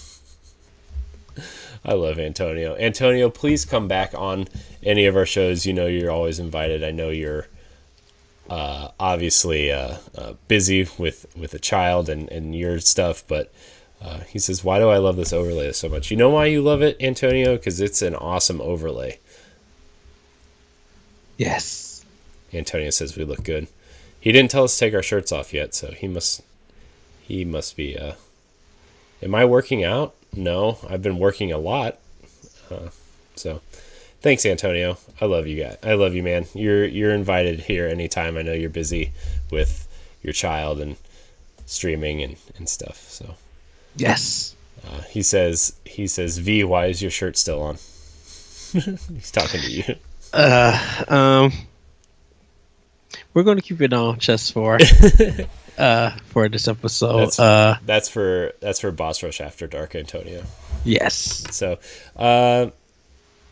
anyways, continuing our Mario talk. In short, both outlets claim many of Mario's 3D adventures will be making a return in 2020 alongside a new Paper Mario game. If you're still not convinced, however, VentureBeat's staff writer Jeff Grubb has chimed in. For the record, he's the same guy who said we'd be getting 2 Nintendo presentations on certain dates this month, and we did. So this is what he says. He says, for remasters, our source tells us that Nintendo is pursuing something like a Super Mario All-Stars 2 for 3D Mario games. This would include Super Mario 64, Super Mario Sunshine, and then Super Mario Galaxy and Super Mario Galaxy 2. It'd likely be that 3D World would get its own separate deluxe style release, which I'm okay with. While it's possible older 3D Mario games could come in a single compilation, it's also likely that Nintendo released them individually as they did the Zelda remasters. The Paper Mario game, meanwhile, represents a return to the franchise's roots, meaning that something closer to the N64 and GameCube games, which are beloved, and leaving behind the baggage for more forgettable entries like the 3DS and Wii U versions. I don't think they were bad. I really every Paper Mario game that came out, I have enjoyed. Yeah, but I mean, I enjoyed Super Paper Mario, the Wii one, and mm-hmm. I think Color Splash was an interesting take, and I think Sticker Star was interesting, but I think the way they did Paper Mario was they really felt the RPG games mm-hmm. were going to go towards the Mario and Luigi series, and they wanted to make Paper Mario more accessible because Paper Mario looks like a more accessible Mario RPG light, right? And so I think that's how they took it that way. Well, definitely the writing for the Paper Mario games has always been good, and for Mario and Luigi. So, dude, as long as they keep Luigi games writing is so good, especially like Bowser's Inside Story. I must have rolled out my bed multiple times at night, dying at the comedy in that game. Yeah, it's those games are great. I love the Mario and Luigi series personally. Like, I wish there would be some sort of remaster for Switch or a new entry for Switch, which I'm sure we'll get one at some point. But I really loved Paper Mario and Thousand Year Door. Like, I loved those games. And I really hope that a Paper Mario will fit that bill this year. Finally, expect Nintendo to fill out the Mario celebrations in other ways as well. This could mean even more Mario games on the Nintendo Switch Online service, for example. I wonder if the Paper Mario game is going to take place of my predicted Super Mario Odyssey 2. Because I really thought that was going to happen at some point also. I mean, it's going to be 4 years this fall, right? Like, yes. I mean, maybe they'll put Mario and Zelda out the same year again. I would be mad. I mean, I wouldn't either. But also remasters of Galaxy, those are games that I have never finished, and so I actually like one of the reasons why I hooked up my Wii U again was to play Galaxy. So, but yeah, a whole slew of Mario games seems to be coming this year. A Mario All Stars 2. I know we actually talked about that when we were still talking about Wii U games and what they could possibly do to bolster Wii U sales. Yes. When we started this show, we talked about a Mario All Stars 2 being the 3D Mario games. If they do a Mario All Stars 2, do you think they're going to remaster all the games? Or do you think they're going to be Just like a original collection. What they could do, okay, so everybody follow me along with this. They could bring the China version of Super Mario Galaxy, how they did it on the tablet, how they made it HD and stuff. They could do that for 1 and 2. As for Mario N64, that one may be a little bit tricky. But I think if they decided to do that, they probably would have to redo the whole game to make it look pretty. Yeah. Well, okay, so I'm reading the Eurogamer article right now because I didn't really read it before we started. It says that Mario Galaxy and Mario Sunshine are primed to be remastered with HD assets. I wonder what that means for Nintendo 6 or Mario 64. Although I think if you change the way that game looked, I would love like an HD remake of Mario 64. Honestly, like just a total remake of the game in the Odyssey engine, right? Like I would love that. I mean, all these games, to be honest with you, in that engine, but just playing Mario 64 the way that I remember it looking would just, instead of what it actually looks like, which, let's be honest, Nintendo 64, not the greatest graphical powerhouse, okay? You know, it's a Nintendo 64, right? I just really want these games to feel like they should and play well, and especially Sunshine, because I know that the flood was definitely tied to those analog triggers, which we don't have anymore, you know. So I wonder, Yes. I really want to know how they're going to do that, really make them feel modern. And honestly, if they do this kind of compilation, I think we can count out Metroid Prime trilogy this year. So which is fine. I would rather have like a really strong lineup of Mario games to Yes. focus on a year of Mario, and then, you know, maybe Metroid Prime trilogy comes out early next year, because, you know, Nintendo's really been pushing remasters in January and February, right? Yeah. We got New Super Mario Brothers U early in a year. We got Bayonetta 1 and 2 early in a year. We got what was the one in 20 of Tropical Freeze we got. Tropical Freeze. So Yeah. I mean, I think that no pun intended, but I think Metroid Prime trilogy is primed for a beginning of the year. Let's prep you with these 3 games at the beginning of the year, because we're going to release Metroid Prime 4 at the end of a year. Not saying Metroid Prime 4 is coming out next year. I'm just saying that would be a smart move of hey, we're going to give you the HD remasters of these old games to prime you for the full game in the fall. Yeah, I will say this. I would love to have 3D Land and 3D World together on Switch, like that 3D collection. I would love to see how Mario Galaxy would play. First of all, just with the Joy-Cons and having the HD Rumble, I would love to see that. Definitely Sunshine. I would love to have Sunshine back. Yeah. Like it's time, because I think people who will play Sunshine will recognize that, yeah, this was at this time, but I think more people would give that game credit if they decided to do it, you know, and play it. And of course, I think you will understand that.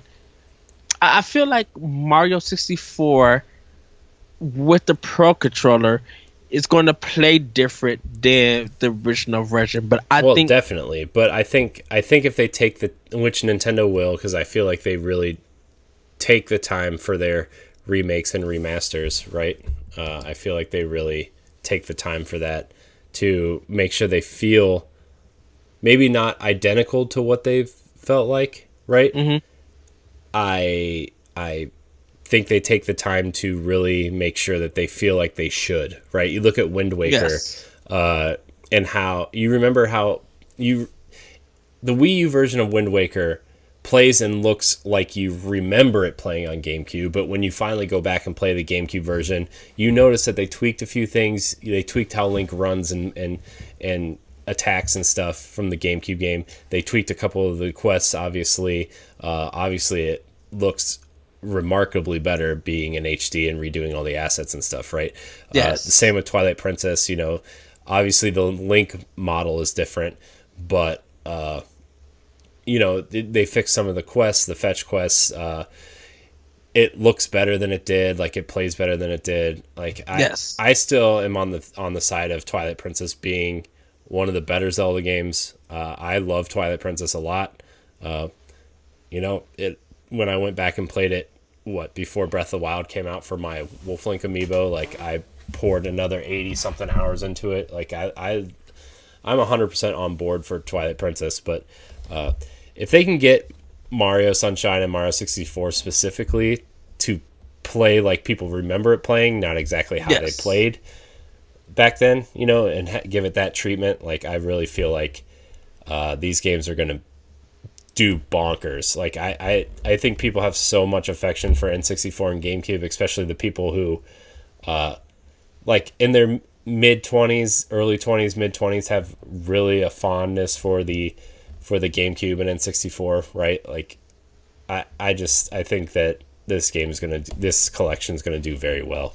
I will pre-order it. I will buy it. I mean, Like, obviously we are. well, yeah, but see, the crazy thing, the crazy thing is that of course, people are going to get it digitally, but it's just like, this is a game that needs amiibo and it needs to be physical. Yeah, like, well, first of all, let's talk about Mario 64 for a second. Are they gonna add the 30 extra stars from the DS version? Like, do you think they would do that? Or do you think they'd stick with the Nintendo 64 proper version?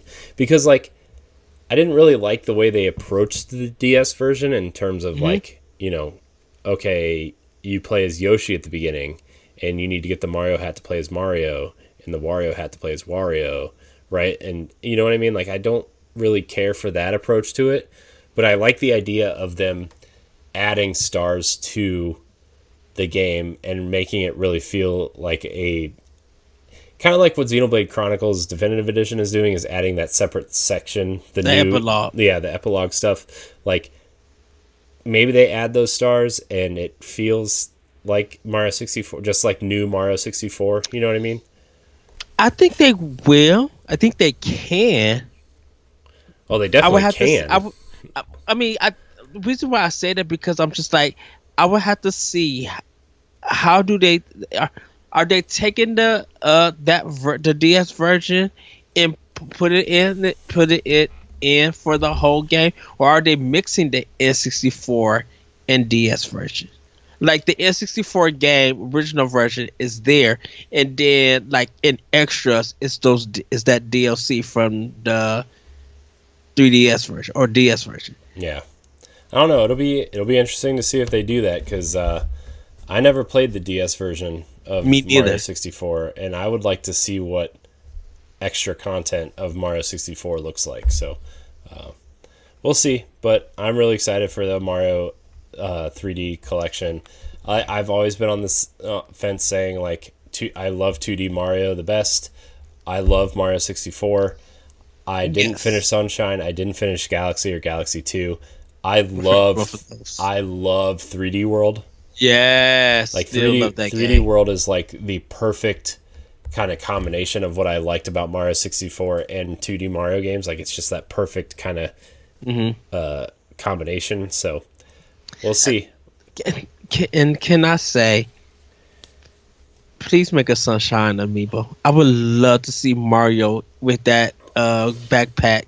I wonder. water theme. I would not be surprised if they made an Mario anniversary amiibo set where you have like the polygonal Mario Hmm. 64 Mario with the Sunshine Mario with the flood, and then the Galaxy Mario, like a Oh flying Mario Galaxy yes. Mario. Like that would be like the perfect set of amiibo. Oh yeah. That So I will be at I will be late at work and I will be at Best Buy when the store is open to buy that. all right, we have a couple more stories to get through. We've been recording for we're approaching 2 hours, Oh no. honestly. So not that I don't care that we're recording that long. I just want to get through some of these stories here. Okay. A quick one here: The Outer Worlds, Obsidian's mega hit RPG from last year, is hitting Switch on June 6th with a 6 GB day one patch for you physical owners. So another great AAA third party supported game. I think it's being published by Private Division still on the Switch, but The Outer Worlds was an interesting RPG that I kind of fell off of. I played about 5 or 6 hours of it, and I feel like I got my fill of that game. It's I played on Game Pass. I played it on Xbox. It's if you want a Fallout game without all the BS in it, Yes. that's what this game is. I like what I played, but I didn't feel the need to continue because it was just it didn't grab me. You know, I wanted it to, but it just didn't. So I'm honestly probably gonna skip the Outer Worlds on Switch. Yeah, I have it on Xbox. I I'll wait for a sale. I'll wait Yeah, for Black I mean, Friday. like if it's Right. like $20 on a sale or something, I could pick it up, right? Like Yeah. I want to support third parties on Switch as much as I can, but also if it's a game that I've been really like trying to pick out, okay, I don't really like this It, genre of game, so I'm not going to buy it on Switch if I don't like it, right? Like I've had this conversation with myself, talking to myself about Doom Eternal, right? Because like mhm. I like Doom 2016. I didn't I didn't love it, right? Like, and it has nothing to do with me playing on Switch. Like, I played the Xbox version too. Like, I just like it was a fun game. But everything I'm hearing about Doom Eternal is like kind of turning me off of it. Like, every battle feels like a puzzle. I'm like, I thought Doom was supposed to be like old Doom. You were just supposed to run in and shoot everything and feel super powerful, right? And just be like unload on people. And this is not what I would really want from Doom. But I still want to give Doom Eternal a try because like I did Mhm. have fun with Doom 2016, right? And Yes. but I've been really trying to like, okay, I don't really want to play. I don't need roguelikes, right? Like we've had that conversation a ton. Yes. So you know what I mean? Like I don't know if I'm going to get the Outer Worlds because I, I don't really care for that Fallout style RPG. Is I I guess is what I'm I saying. I can say this is a great summer game. This is a great game to start the summer Yes, off. this is a great Up. time to release this game because nothing else Yes. is gonna be. I mean, But Nintendo has always the been great the at releasing games during the summer, the right? only problem is that this is gonna probably be a week and a couple of days after Xenoblade Chronicles Definitive Edition. But like I said, it's a great way to start the summer off because hopefully in when another non-Nintendo kind of thing, hopefully Ghost of Tsushima doesn't get delayed or anything, Hmm. and that Outer Worlds could start this summer off right. So Yeah, when people get finished with that game or they got their feel, if they want to play Ghost of Tsushima on PlayStation 4, go play that. Go get that. yeah. You I know. mean, like you said, if when it goes on sale around Black Friday or something, if it's 20 Hmm. bucks, 15 bucks, whatever it costs around then, right? Like I could see myself picking it up and trying it out again, right? Because like I said, it was fun what I played. It just didn't keep me hooked, right? So Yes. maybe, but at the same time, Nintendo's going to have a pretty big 2020. It sounds like so. You know. All right, our next story comes from it comes from it comes from Nintendo Life again. This is just how it happened when I was researching stuff. So UK retailer Game furloughs staff on full pay until end of April, but can't say if they'll have jobs to come back to. Quote, "We are working in unprecedented times." That's fair. You know, I mean, like 99% sure that a lot of these people will go back to work when this is over, right? But like they have to say that because like you can't guarantee someone because then they can come back and sue you. But anyways, UK video game retailer Game has furloughed its staff on full pay until the end of April due to the coronavirus outbreak, but cannot say for sure if they will have jobs beyond that point. Game was forced to close every one of its 247 stores on March 24th when the UK government issued a call to shut down all retail shops selling non-essential items. Fraser's Group, the name of Game owner Mike Ashley's retail business, issued an email on March 31st, which has been seen by Eurogamer, and notifies furloughed staff that regular pay will continue from the 26th of March up through the 30th of April. The level of pay is determined by average monthly income rather than contracted hours. Quote, "We are working in unprecedented times. Every day our lives and economy see huge changes. COVID-19 touches every aspect of what we do. All of us are affected as individuals, as businesses, and society at large. Our economy is fighting for survival. Retail remains one of the hardest hit sectors. We will continue to do all we can to ensure that our business remains as strong as possible for the benefit of all of us. We must make difficult decisions to ensure that we move out of the current situation. Our business is in the best place possible. The work that was once there has fallen away. Our business, as with so many others, is smaller. We must respond to these circumstances, including the reduction of work." There's a lot more going on there, but this is honestly the opposite of what GameStop just did. Pretty much. I mean, we live in the United States. Game doesn't exist here. But we talk about Game a lot because they get a lot of cool collector's editions for games that sometimes we don't get, especially on the Nintendo side. They do a lot of cool things over there, and GameStop just like we kind of talked about it on Boss Rush last week, but GameStop has been going through some interesting negative press recently, right? Like they tried to say they were essential business, tried to make their employees work through this. I don't know if anybody's been in a GameStop lately, but my office here is bigger than my GameStop store. I can probably say, it's and then they closed, right? But also there are reports of some of the stores in the Northeast being reopened and employees made to work, right? Like without, it's just been a mess for GameStop. And also the report came out that they are closing 300 stores permanently recently. Like GameStop's in a mess right now, but Game is doing, I think giving your employees their salary for a month during this, especially hourly employees and basing it off their average monthly pay, like I think that's a good move. I understand that they can't pay their employees forever, and I think that this is a step trying to at least help them get on their feet for whatever's next for them, whether they go back to Game or not. I think this is a really good, not only a good move for them to just being good people, but also a good PR move for them saying, hey, we support our employees. We're going to try to support them for the next month, trying to help them through this tough time. My job recently just did that for us.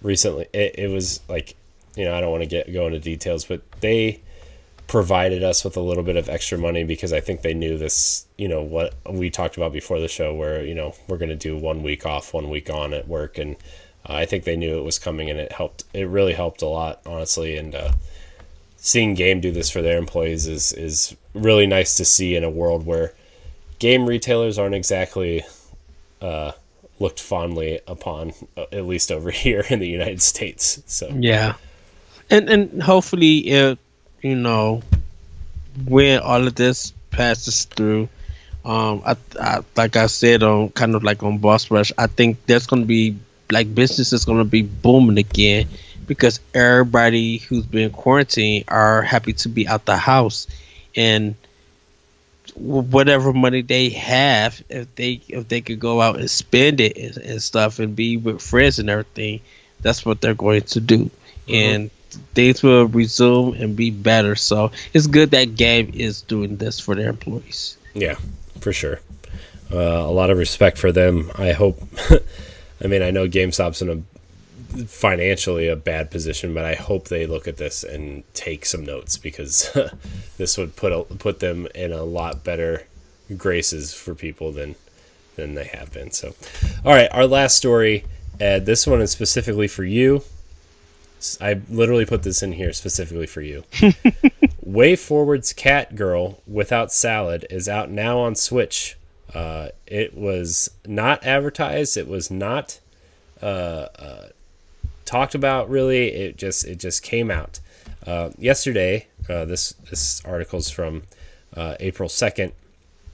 Yesterday, while a lot of other video game companies were joking about, the Shantae developer WayForward actually released Catgirl Without a Salad on Switch eShop for $7.99. The title originally started out as an April Fool's gag in 2013 and was later brought to life on PC. It combines classic 2D shoot-'em-up gameplay with a, quote, hilarious story and features weapons inspired by game genres such as puzzles, sports, rhythm, and RPGs. Here's more about that story. Quote, blast everything that moves in this genre-defying action extravaganza. Take control of Kibaku, a cat-eared intergalactic bounty hunter, as she patrols the galaxies with her faithful companion Squiddy in search of ridiculous space criminals. Ed, this game, Yes, this is an Ed game. yes, it is. This is totally an Ed game. It looks like Shantae and Graceful Explosion Machine had a baby. Yes, and I didn't buy it, but I am going to be buying it. You're going to. Oh yes, I'm definitely going to be buying it. It's just at this time, um, I'm waiting to get Resident Evil 3 first. But yes, I am going to be buying this game. It looks wacky. I love shooting 'em ups, and when I seen it on PC, I was just like, please, please come to console. Like I was hoping it come to console, and now that it's here, I will be buying this game. Yeah. So And plus, it's Ray Ford, one of my favorite I know. That's why I put developers. it in here because it was Way Forward. So, all right, Ed, we have a couple quick hit questions for Question Block from our chats here. So we're gonna just some quick hit questions for Question Block. Remember, you can email the show at nintendopowblock@gmail.com to get your question read here, or follow us on social media, or jump in our Twitch and Mixer chats. This one comes from Going Dark on YouTube in our YouTube chat. He asks, what is your favorite Switch game? I mean, besides Breath of the Wild? Besides Breath of the Wild, definitely for me, for right now, well, it's a battle between Gree and Just Chasing Beats. Yes, I love Yoko Islands Express. I love Graceful Explosion Machine, but I grew up in the 90s listening to a lot of house, so a lot of dance tracks. So that's Just Shapes and Beats. But when I talk about animation and art style and the look and the beautiful soundtrack, Gree just hits it right for me. And I still stand to this day. I feel like Santa Monica could take this style and do something with it with a 2D or some kind of God of War game or something for Santa Monica Studios for PlayStation. Like I told you, like if they took that great art style for God of War and bridged the gap between God of War 2 and 3 and 2017, that game, 2018, when did that game come out? 2018? 2 days. Yeah, like if they took that art style to bridge the gap and kind of applied it to like you know how you look at clay pots with the Greek paintings on it and like they kind of applied it to that, it would just be awesome to see that art style bridge the gap and see Kratos' story move from here to here and maybe add like a simple combat system, but not much of one. You know what I mean? Yeah. And to give you a definitive answer, Yoshi's Crafted World. Yeah. For me, Fire Emblem Three Houses is one of the best strategy RPGs I've played in a long time. It's definitely besides Breath of the Wild, it's probably right up there.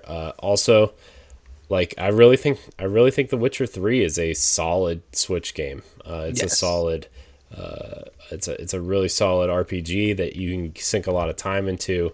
So those would be my two picks, honestly. And I know like I haven't played that, like I'm not nearly far enough in The Witcher to make that claim, but I can make that claim because this is my podcast. So, all right, another quick hit question, Ed. This is more for you because I don't have this game yet. Do you think Animal Crossing is satisfying?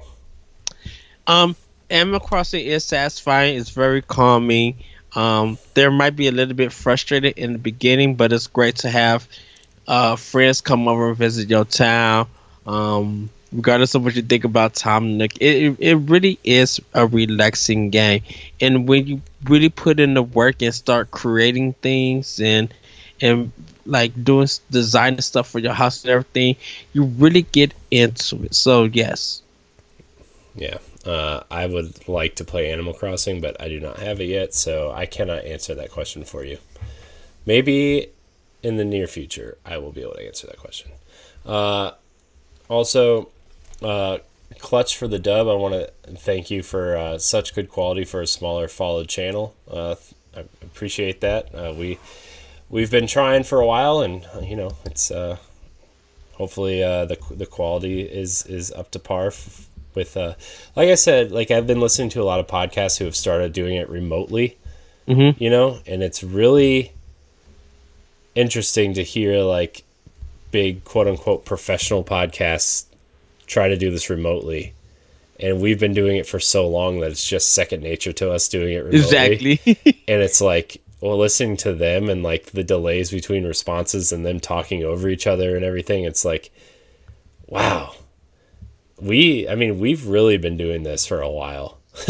Yes. And it's like, I wish Ed and I could do this at a desk and have that, conversation in real life. But like, it's just amazing how many people have to get used to doing this remotely now. Yes. So, also, that does it for our questions. So remember, you can email us at nintendopowblock@gmail.com to get your question read on air, or follow us on social media, or enter our Twitch and Mixer chats here. So Clutch for the dub. I am about to explain to you how you get the Animal Crossing giveaway entry. So we're going to do one last reminder for that. Two things. You email the show at nintendopowblock@gmail.com a screenshot of your subscription to Nintendo Pow Block podcast to our email. You screenshot it and let us know what episode you're listening to in the email, or you can just take a snapshot of the episode that you're listening to. Email it to us at nintendopowblock@gmail.com. And if you're listening on Apple Podcasts or Spotify, a screenshot of your rating and review of our show will grant you a second entry. So that's how you enter. Also, if you need reminded, it's also at the top of the show. And so get your entries in. You have one more week. We're giving it away at episode 190. And next week we will be announcing our episode 195 giveaway. So be prepared for that as well. Yes. We're going to have a different set of rules for that. So, anyways, this has been Nintendo Pow Block for the week of April 2nd. So I want to thank everybody so much for watching and or listening.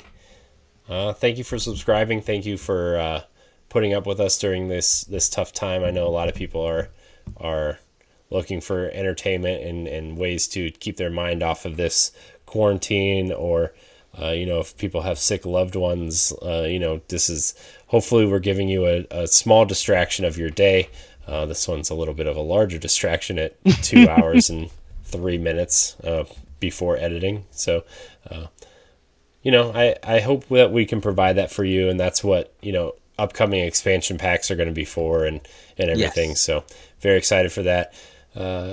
Check us out on YouTube. Check out Boss Rush Games on YouTube. Check us out on social media. Join our Facebook community page. Also check out bossrushgames.com. More to announce coming soon. Ed and I are fleshing out some new details on a secret project. So we'll give you more information around episode 200 on that secret project. Ed, where can we find you? You guys can find me on Twitter at ThatRetroCode, and you guys can check out Optional Opinion on SoundCloud and other podcast apps. A new episode will be dropping next week. It's going to be a really good one, and I cannot wait for you guys to hear it. Awesome. You can find me at I am Corian HD. You can also find both of us on the Boss Rush podcast, the Boss Rush Games flagship podcast. Please download that as well. We really appreciate it, where we do that show with streamers champion Ray Apollo and the wise Wisconsinite Jesse Douglas. So go check that out. Thank you, Antonio, for joining the chat at Hypecaster. Go follow him, show him some support, send him some love for having his baby. So congratulations to him and his wife. Clutch for the dub, thanks for joining the chat. Going Dark, thanks for joining the chat. And thank you guys so much for watching. And I need to find a new outro for this show, man. I want to incorporate. Look, our motto is play games, be better. Remember, right now, playing games with your friends and your loved ones is getting us all through some tough times. So remember, play games, be better, and until next time, we love you. Bye, everybody. Woohoo!